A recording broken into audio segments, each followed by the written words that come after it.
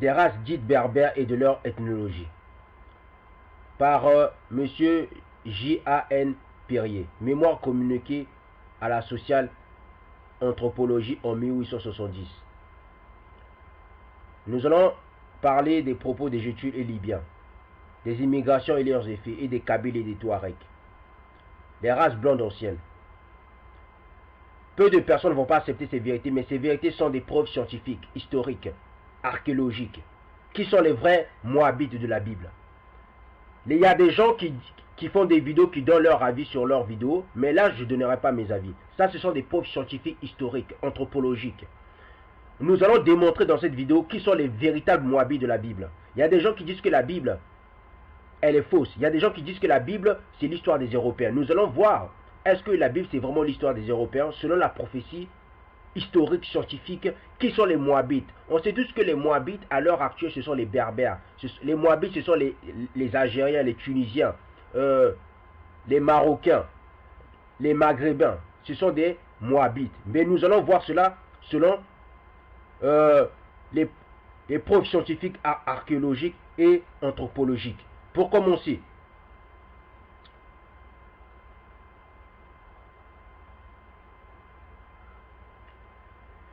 les Moabites ou les Mozabites, appelés en berbère Aglan ou Tifinag ou At Mzab ou Tifinag en arabe algérien, Beni Mzab. Les Beni Mzab, ce sont les Beni Moabites, si vous ne savez pas, ce sont les enfants de Moab. Fils du Mozab, sont un groupe ethnique berbère, vivant principalement dans la région du Mzab en Algérie, et les grandes villes algériennes. Voilà les descendants des Moabites. Les Moabites, ce sont les Algériens. Il y en a qui disent les Ammonites, ce sont les Chinois. C'est faux. Les Ammonites ne sont pas les Chinois. Les Ammonites, ce sont des Maghrébins. Lot a mis au monde 2 enfants par l'inceste de ses 2 filles.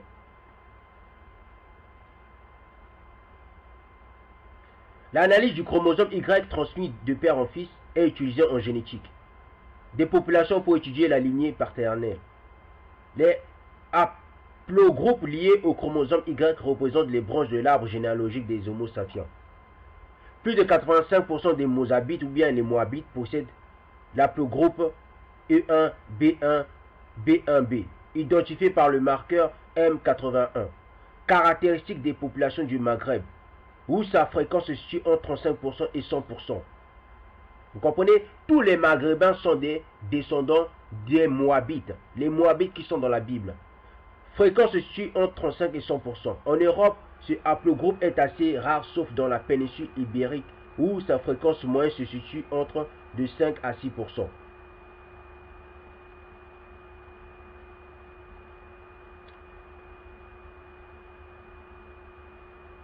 La célébration des mariages se fait selon un rite unique au monde. La coutume veut que les mariages se fassent en groupe. Une journée de l'année est proclamée pour cette célébration. Elle regroupe tous les hommes dont le Ksar de Berian et un des membres de la Azaba prêche devant toutes les communautés. Après la dernière prière d'El Aïcha, plusieurs activités traditionnelles et culturelles sont présentes. La musique, le théâtre, la poésie, les chants religieux, etc. Le lendemain, chaque marié est accompagné à son nouveau domicile. Pendant toute cette cérémonie, les hommes sont habillés de la même façon et on y retrouve les différentes souches de la société, du riche au simple citoyen. Nous allons maintenant parler de l'origine des Moabites ou les Mozabites.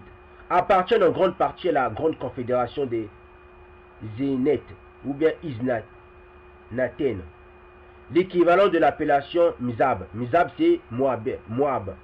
Dans leur langue natale est Aglan.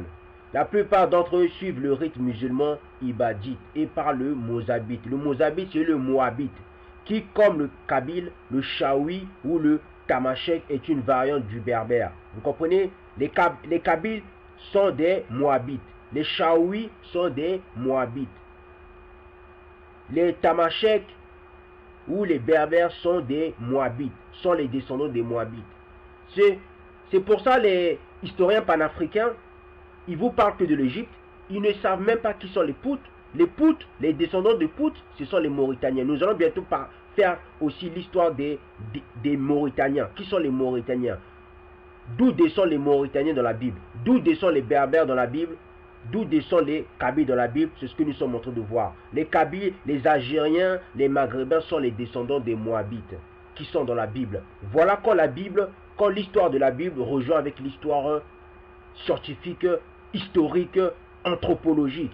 Il y en a qui disent, oui, la Bible, ce n'est pas l'histoire, ce n'est pas une histoire de science. La Bible, c'est une histoire de science. Dans la Bible, on parle de la science. Dans la Bible, on parle de tout dans la Bible. Il y a tout. On parle de tout dans la Bible. Donc, avant de dire des choses qui n'ont pas de consistance naturelle et intelligible, il faut prendre le temps d'être humble. L'humilité, c'est la plus grande chose dans le monde spirituel. Une personne qui est humble a de quoi apporter le bonheur à des gens.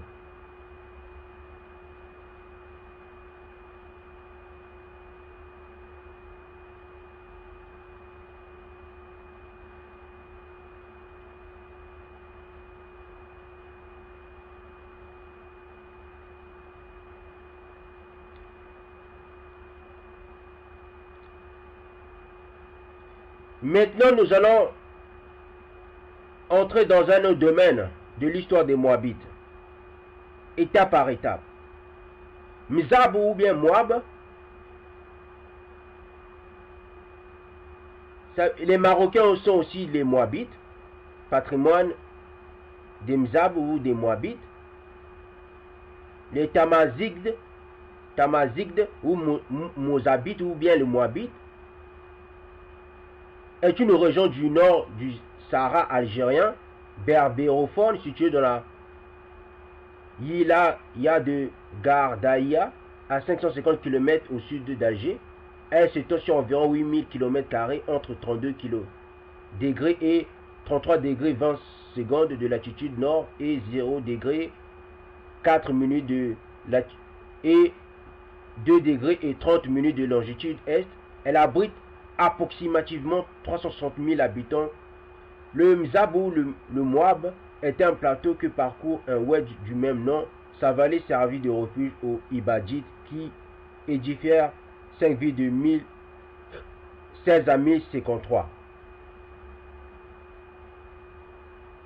Selon le traducteur d'Ibn Khaldoun, le mot Mzab provient du mot Al-Azaba, les hommes non mariés.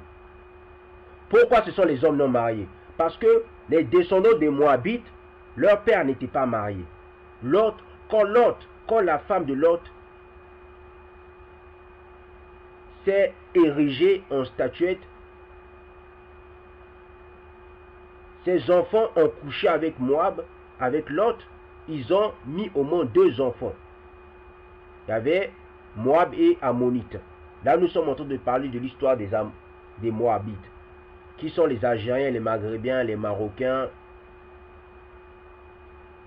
Parce qu'il faut connaître la vérité. Il y en a, ils n'aiment pas la vérité. Il y en a qui disent, oui, les Arabes ne sont pas noirs. Bien sûr que les Arabes sont noirs, puisque les Moabites, les Algériens, à l'origine, ne sont pas des Arabes. Les Tunisiens et tous les Maghrébins, à l'origine, ne sont pas des Arabes. Ce sont des Moabites, les descendants de Moabites.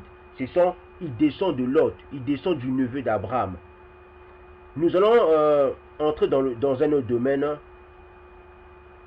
pas à pas.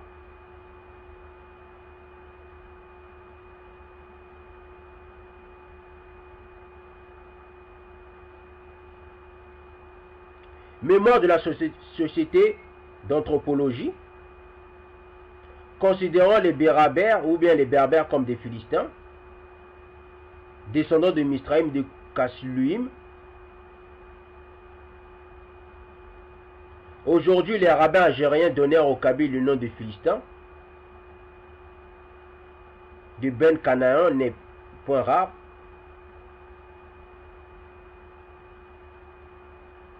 D'un autre côté, les Béni-Mézab ou bien les Mozabites ou bien les Moabites, dans la physionomie, les mœurs, le dialecte sont à part, qui ne sont ni chrétiens ni musulmans, comme disent les Arabes, et qui ne se marient qu'entre eux. passe pour provenir des Moabites, qui furent assujettis et persécutés par David, et de même leurs frères les Ammonites, expulsés aussi de leur pays par les Israélites, auraient été représentés par les Ammoniens, aujourd'hui les Arnonites. Les Arnonites, ce sont des Ammonites. Parce qu'il y en a qui disent, oui, les Ammonites, ce sont les Chinois. C'est faux. Les Ammonites ne sont pas les Chinois. Les Ammonites, ce sont aussi des Maghrébins. Ce sont des Maghrébins. D'accord? Ici, on ne donne pas son avis. Ceux qui donnent leurs avis, ne venez jamais venir donner vos avis dans le mensonge. Faites les recherches. Mon but à moi, c'est les recherches. Je fais des vidéos afin que le peuple noir, afin que tu sois noir ou pas noir, que tu sois blanc ou pas blanc, que tu sois roux ou pas roux, que tu sois maghrébin ou pas maghrébin, quand tu écoutes mes vidéos, faites votre propre recherche. Ici, c'est la vérité qui prône. Ici, c'est la vérité qui parle. Ici, ce n'est pas ma bouche qui parle, c'est la vérité. Ici, il n'y a pas de place dans les avis des gens. Donc, nous voyons, les Ammonites ne sont pas les Chinois. On a dit que la tribu des Flissa, que nous écrivons ordinairement, Flissa vient encore attester par son nom leur apparenté avec les Philistins. Mais les Philistins, à l'heure actuelle, sont les Dogons. Les Dogons se trouvent en Côte d'Ivoire, se trouvent aussi au Mali. C'est eux qui descendent des Philistins. Parce que les Philistins sont des Noirs.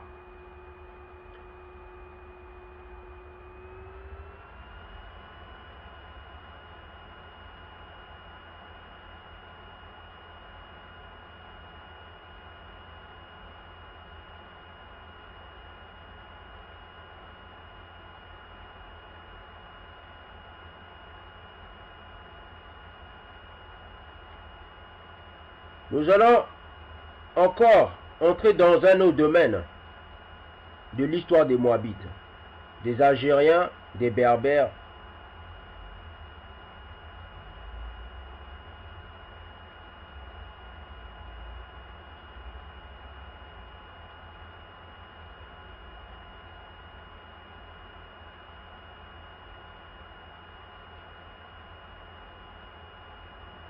Les Kabyles et les Touaregs, qui sont les Moabites, race blonde et ancienne, Chouari et blanc Dolores. Pour les anciens Grecs, la Libye c'était l'Afrique et l'Afrique c'était la Libye. Il n'y avait là pour Hérodote que deux souches de peuples aborigènes, les Libyens au nord et les Éthiopiens au sud. Les étrangers étaient les Phéniciens et les Grecs.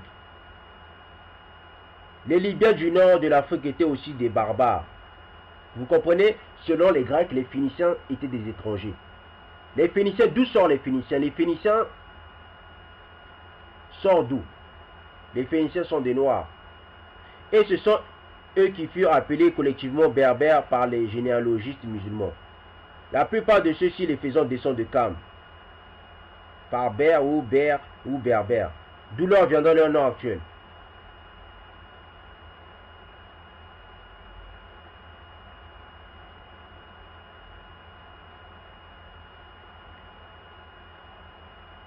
Tous les indigènes de l'Afrique septentrionale, regardant en général comme autochtones, et elle est tellement vague, elle jette une telle confusion dans l'ethnographie de ce pays, que si l'on y pouvait renoncer pour donner à ces peuples un nom qui se donnent eux-mêmes, ce serait déjà l'indice d'un progrès.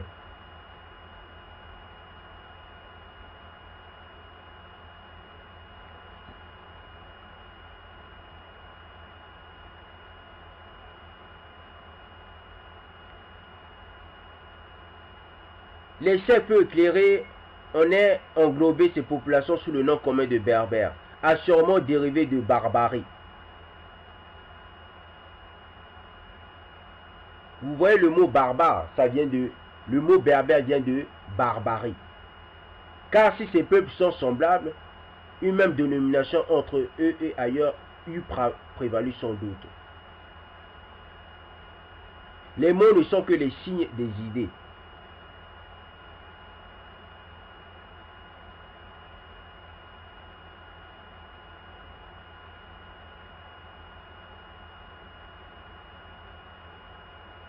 Étudier les peuples dits berbères dans le passé et dans le présent, démêler quelque peu être leur état de pureté et de mélange par l'effet des immigrations. Par la comparaison de leur caractère, si les Kabyles et les Touaregs ces deux groupes fondamentaux de la famille africaine du Nord ne constituent pas deux types ethniquement différents. Mais la science alimente de toute discussion et, en attendant, mieux dans l'espoir d'aider à des recherches nouvelles. Il est peut-être opportun de ne pas s'abstenir trop longtemps.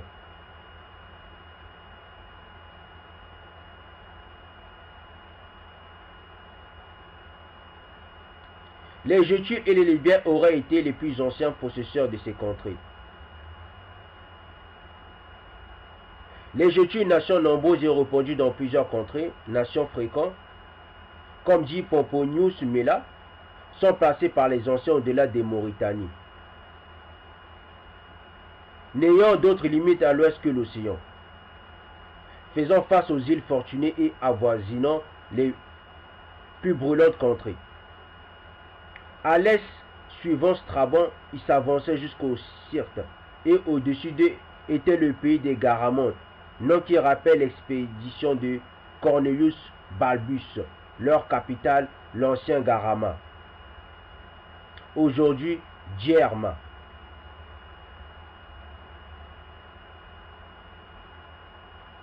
Les Libyens ne formaient que l'ancienne race indigène. La plus populeuse de la société se souvient qu'elle avait autrefois nommé une commission pour l'étude de l'anthropologie algérienne.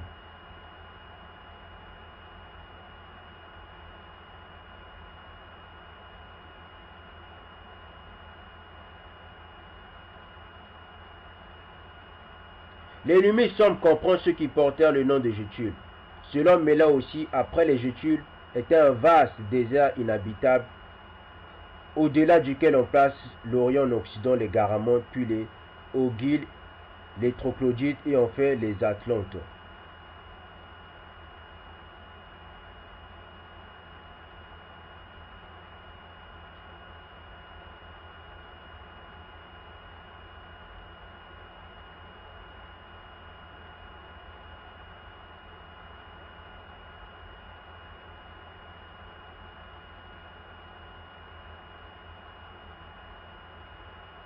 Ils étaient moins belliqueux que les Gétules. Pour les Libyens, ils étaient plus attachés au sol, ils habitaient les demeures fixes, et ils étaient moins belliqueux que les Gétules.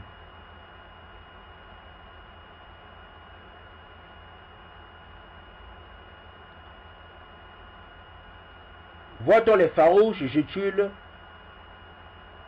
sous Jugurtha et Juba l'Ancien, mais parmi les troupes romaines en Afrique et déjà dans l'armée d'Hannibal en Italie.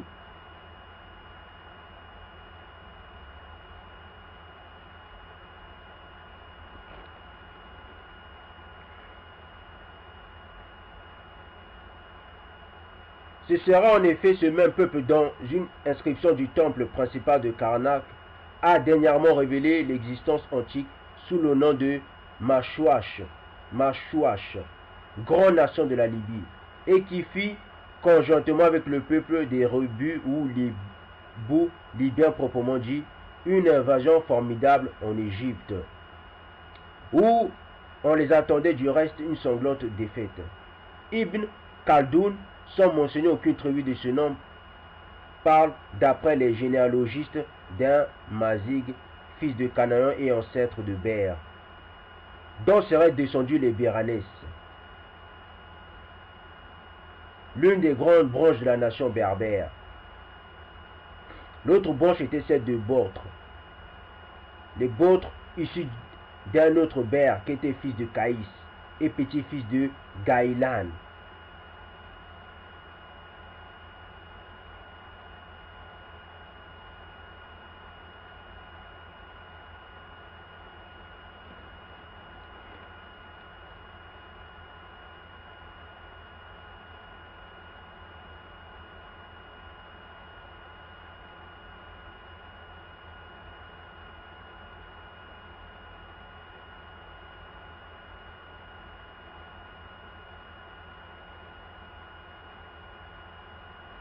En outre, dans les anciens Gétules, les ancêtres des Touaregs modernes, ils ajoutent que cette nation qui présente une grande affinité avec les Berbères en est est cependant distincte comme les Éthiopiens étaient distingués des Libyens.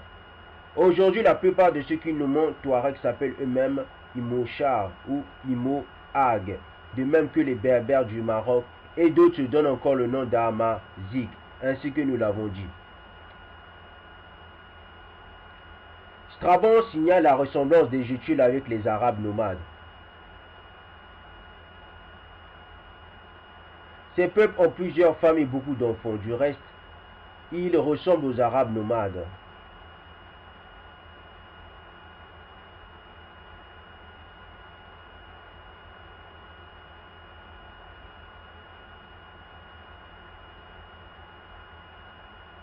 Vous vous dites, ça sert à quoi la connaissance? Mais si on ne vous raconte pas qui sont les Berbères, si on ne vous raconte pas qui sont les Égyptiens, si on ne vous raconte pas l'histoire des Égyptiens, à quoi ça sert de dire oui les Égyptiens sont noirs? Pas grand chose. Peut-être ça sera pour une satisfaction de la couleur de la peau. La couleur de la peau n'est pas la chose la plus importante dans le monde. À quoi ça sert la couleur de la peau? À quoi ça sert l'histoire de la couleur de la peau?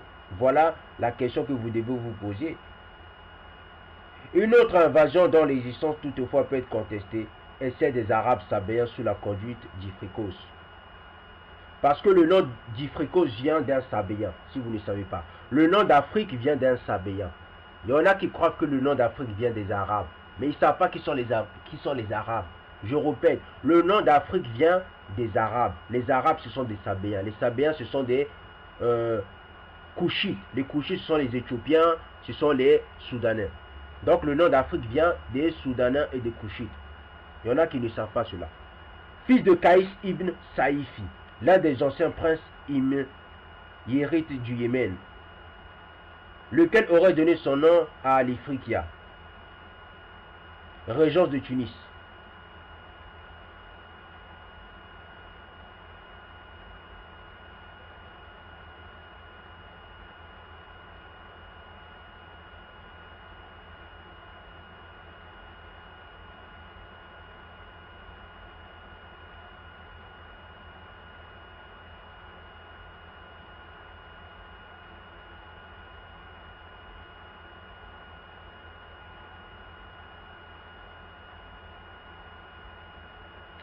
Les Zénates étaient originaires des Arabes de race pure, mais par suite des alliances qu'ils ont contactées avec les Masmoudis, leurs voisins, ils sont devenus eux-mêmes berbères. C'est pour ça que vous voyez, il y a des berbères qui sont métis, hein? C'est après avoir contacté des relations avec des Noirs, il y a eu aussi des métis chez les berbères. Mais sinon, à l'origine, les berbères sont les Moabites, sont les descendants directs de Moab. Quant à l'expédition d'Ifrikos, fils de Kaïs ibn Saïfi,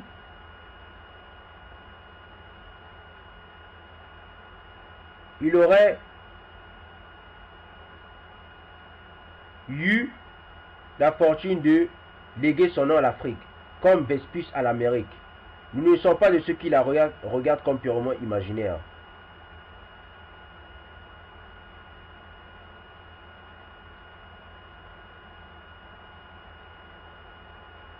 Il faut remarquer que dans le tableau des rois de Yémen, on trouve que le règne d'Africus ou Afrikis, fils d'Abraha, paraît être entre les années 60 et 40 avant notre ère.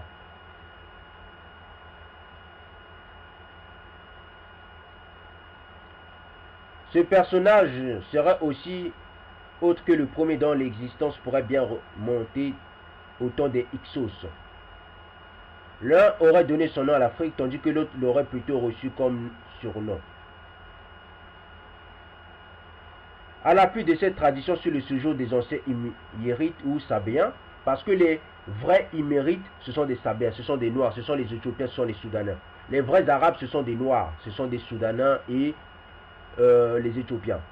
Dans le nord de l'Afrique, on peut se rappeler que le culte des astres, du soleil, de la lune existait chez les anciens Libyens, comme l'attesterait au besoin leur inscription funéraire. C'est pour ça que vous voyez où se trouve la Mecque. À côté de la Mecque, vous voyez le croissant de lune. Les Arabes noirs ou les Arabes blancs, à l'heure actuelle, ils aiment beaucoup l'image du croissant de la lune. parce que ça représente l'idolâtrie du temps des Perses, du temps du livre sacré des Perses, l'Avesta. À l'origine, les Éthiopiens et les Couchites, ils adoraient la lune. C'est pour ça que vous voyez même chez les Égyptiens, Yah veut dire le dieu de la lune. Et chez les Congos, Yah veut dire grand.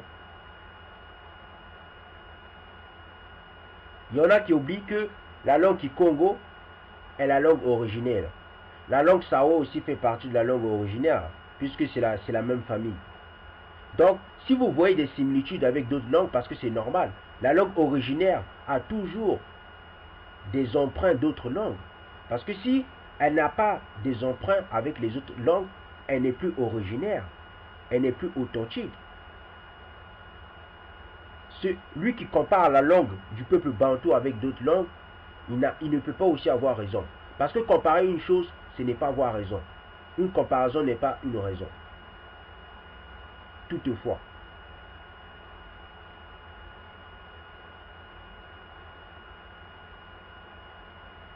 de son côté, selon Léon, le savant géographe de Grenade, rapporte que selon quelques auteurs, les Palestiniens déchassés par les Assyriens passèrent en Afrique et s'y établirent, et que selon d'autres, les Africains tirent leur vraie origine des Sabéens, peuple de l'heureuse Arabie, et qui furent conduits par leur roi Ifricus, s'enfuant vers l'Égypte et par l'au-delà.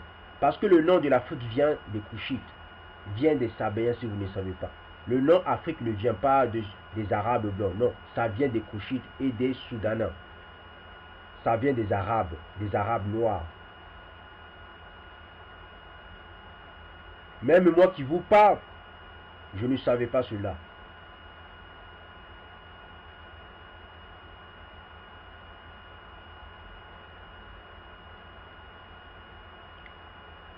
Vous pouvez aller chercher le livre des races dites berbères, que ce soit sur Google ou bien vous pouvez acheter ce livre.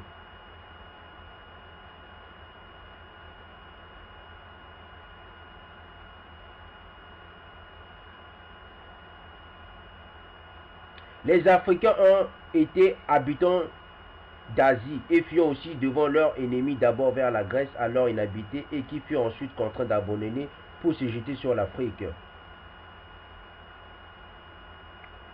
J'ai déjà fait l'histoire de Cécrope, d'où vient la langue française, d'où vient la langue latine. Nous savons tous que la langue latine vient de la langue égyptienne et de la langue Kikongo.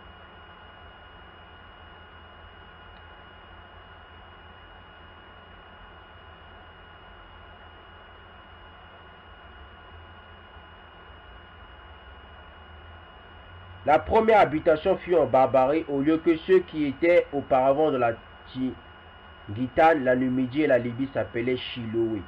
Ailleurs, il dit les anciens Africains sont nommés Chiloé ou Berbères. Leur langue a trois noms, Chilia, Tamazek et Zénéti.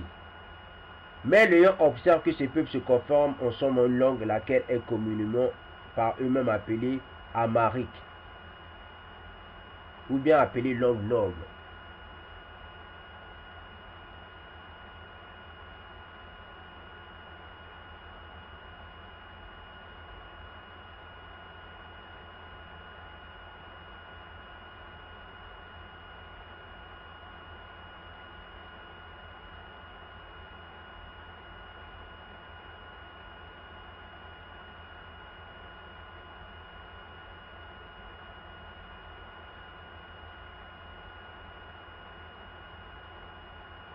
En 2 temps, après la fondation du Tic, puis de Carthage, les Phéniciens venus de Tyr, de Sidon, de Byblos, se répandirent sur les côtes libyques et fondèrent des colonies et des villes. D'après Silax et Strabon, ils auraient étendu leur établissement depuis les Syrtes, où ils confinaient aux Grecs de la Syrie, naïque jusqu'aux colonnes d'Hercule. Et si l'on en croit le périple d'Anan, les Carthaginois auraient fondé des colonies libyes phéniciennes sur les côtes de l'océan.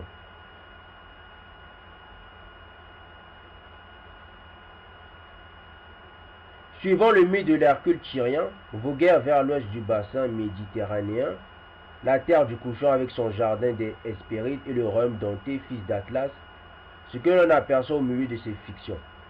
C'est toujours la richesse merveilleuse des contrées du Maghreb, c'est l'attrait de la conquête qu'elle inspirait aux envahisseurs. Et c'est l'invincible courage des autochtones à défendre leur sol contre les attaques de l'étranger.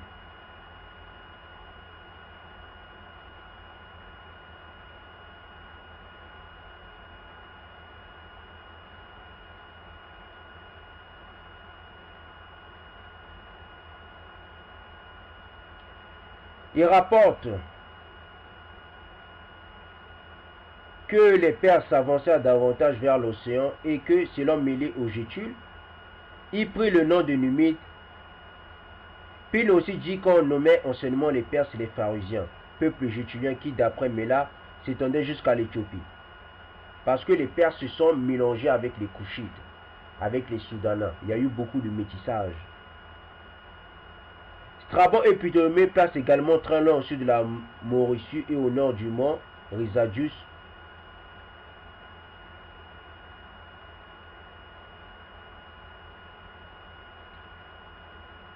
Les Libyens qui, dans leur idiome barbare, les appelaient insensiblement morts au lieu de Mendes ou bien de Mède.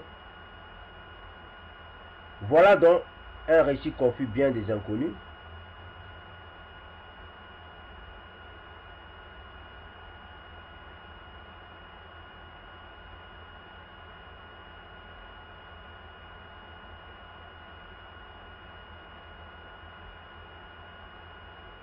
Les cercles se sont accumulés, les mœurs ont quelque peu changé avec les lieux, toutes ces nations se sont plus ou moins enchevêtrées ou même mêlées, les caractères primitifs ont subi des altérations peut-être considérables, les invasions romaines vandales, byzantines successivement chassées les unes par les autres,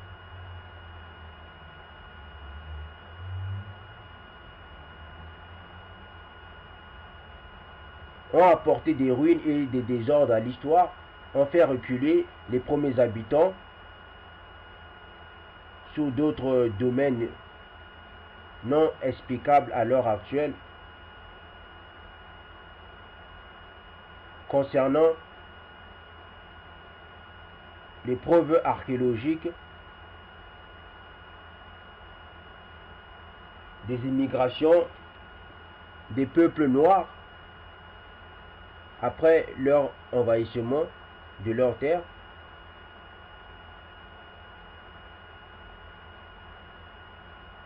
Ainsi, les Romains, surtout les Vandales et Byzantins, ne firent que passer en dévastant et en guerriant.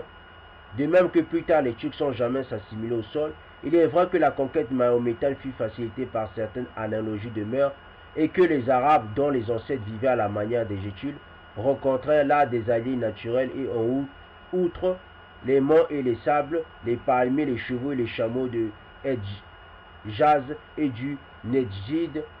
Ils trouvèrent, on ne sait dans quelle limite, l'usage de la langue arabe parlée sur ces rivages.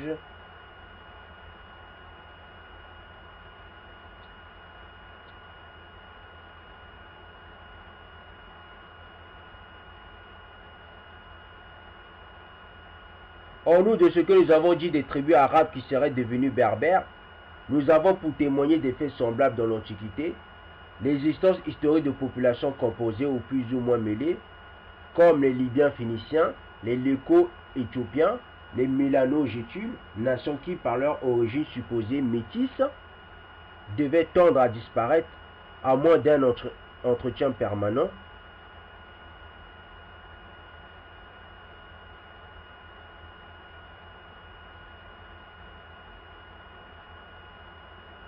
Quant aux Gétules noirs et aux Mélano-Gétules qui sont au sud de la Gétulie, d'après Ptolémée, Duprat appelle Libyo-Éthiopiens en les considérant comme les Léco-Éthiopiens de Méla.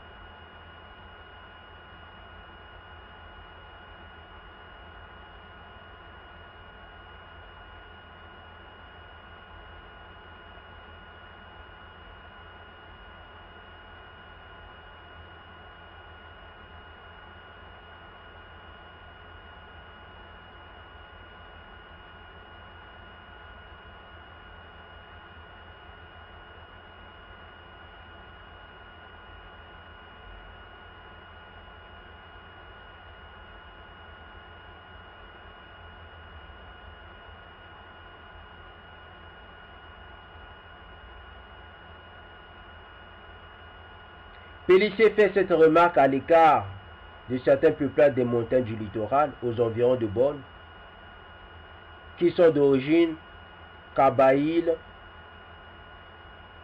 ou bien kabyle, mais arabes de langue. Anoto observe en outre que les Berbères ont la singulière manie de renier leur origine pour se donner des généalogies arabes et dit que certaines tribus notoirement berbères se croient arabes, que des fractions d'origine arabe ont complètement adopté les mœurs et la langue des Kabyles. Les Kabyles sont des Moabites, les Berbères sont des Moabites. Mais il y a eu beaucoup de métissage entre les Noirs qu'ils ont trouvés sur la terre en Afrique du Nord et les descendants des Moabites. Donc il y a beaucoup de métissage en Algérie, il y a beaucoup de métissage aussi au Maroc, en Tunisie.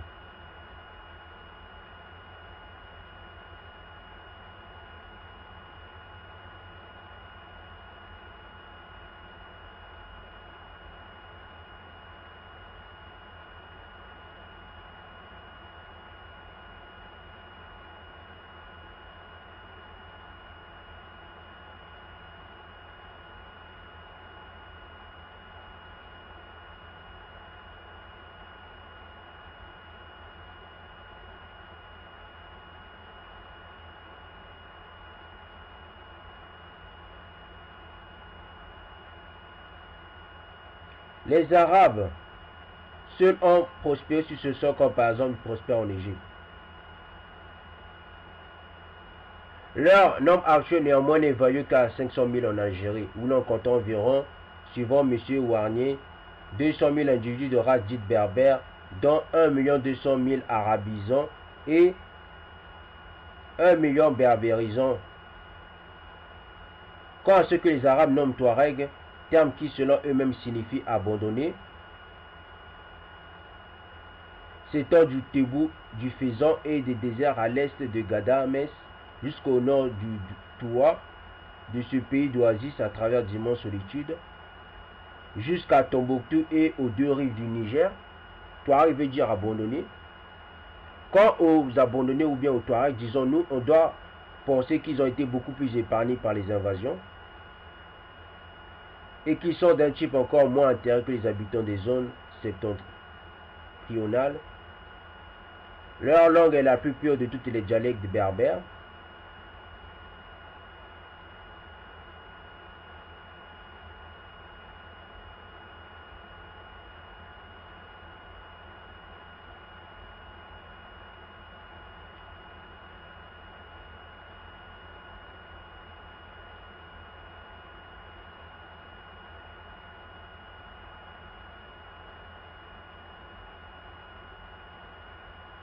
Les Kabyles, par un singulier sentiment d'orgueil, s'attribuent cette prétendue noblesse d'origine arabe, celle du vainqueur.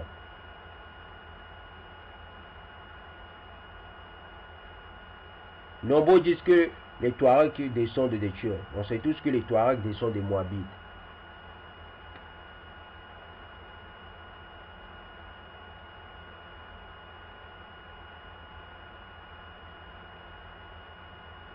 Pour revenir maintenant aux Jutules aux Libyens, ces deux peuples principaux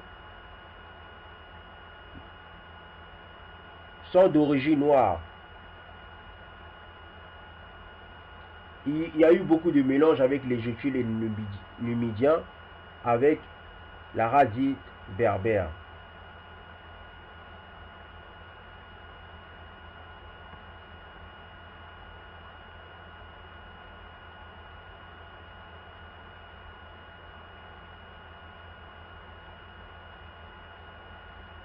Les Kabyles et les Touaregs.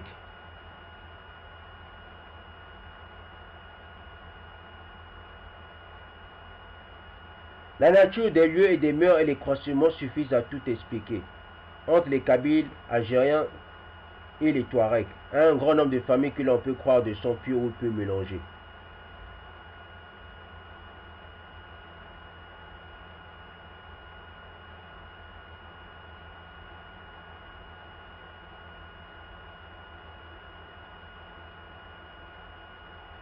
Les Touaregs dont nous parlons sont notamment ceux des confédérations du Nord, les Asdéger ou Guel Asdéger, Jean d'Asdéger, et les Hagar, ou les Guel-Hagar, qui se nomment eux-mêmes Imo-Hag, les premiers, et Imo-Char, les seconds. Ceux-ci sont les Awelim Miden, qui se disent également Imo-Char, et les Kel-Haïr, qui se disent Imagiren. On reconnaît au Touareg une très haute taille, des formes amples et régulières, une démarche lente et grave, altière, et beaucoup de noblesse dans le maintien. Un front large et élevé, des yeux écartés, beaux parfois enfoncés dans les orbites, l'iris noir et quelquefois bleu, le nez petit, la bouche moyenne, la barbe noire et rare, les cheveux noirs et lisses. On remarque que les 3 chefs Touaregs venus à Paris en 1863 avaient le crâne presque arrondi. Leurs mains sont petites et bien faites.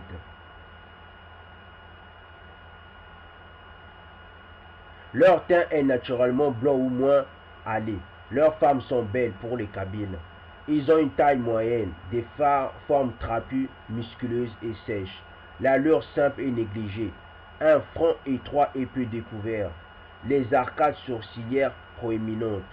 Leur type crânien est en général faiblement dolichocéphale.